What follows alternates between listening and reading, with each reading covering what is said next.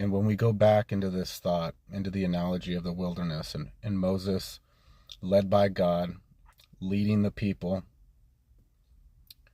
through the wilderness, through the desert. And we know, I think it was something just over a week, maybe 10 days.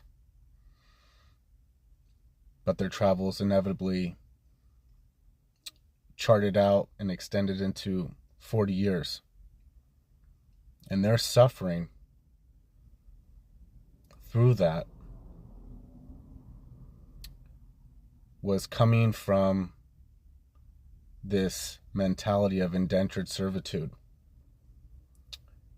We get addicted to the shackles and addicted to comfortability. And so when I think about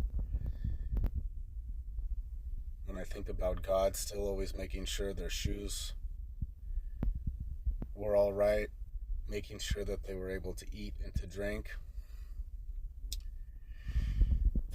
and the Israelites were still complaining to Moses, why did you take us out of Egypt? We're barely surviving out here. And because of this lack of faith, kept them in that very desert, spinning mentally and spiritually in circles. And then, of course, God uses all things, even when we are foolish or make mistakes, He uses it for our greater good. And that exact time coming out of Exodus, that time in the book, serves us now evermore.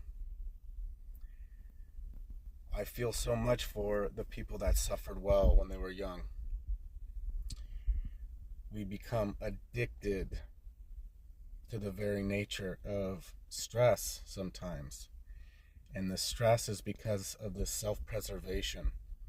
We're always constantly trying to save ourselves. But we're no longer children. And we no longer have to run from those shadows. And so flipping that switch back into peace of mind, peace in heart, is solely found through God, you guys. It's only through God. Happiness comes and goes, but a sense of contentment and the fruits of the Holy Spirit,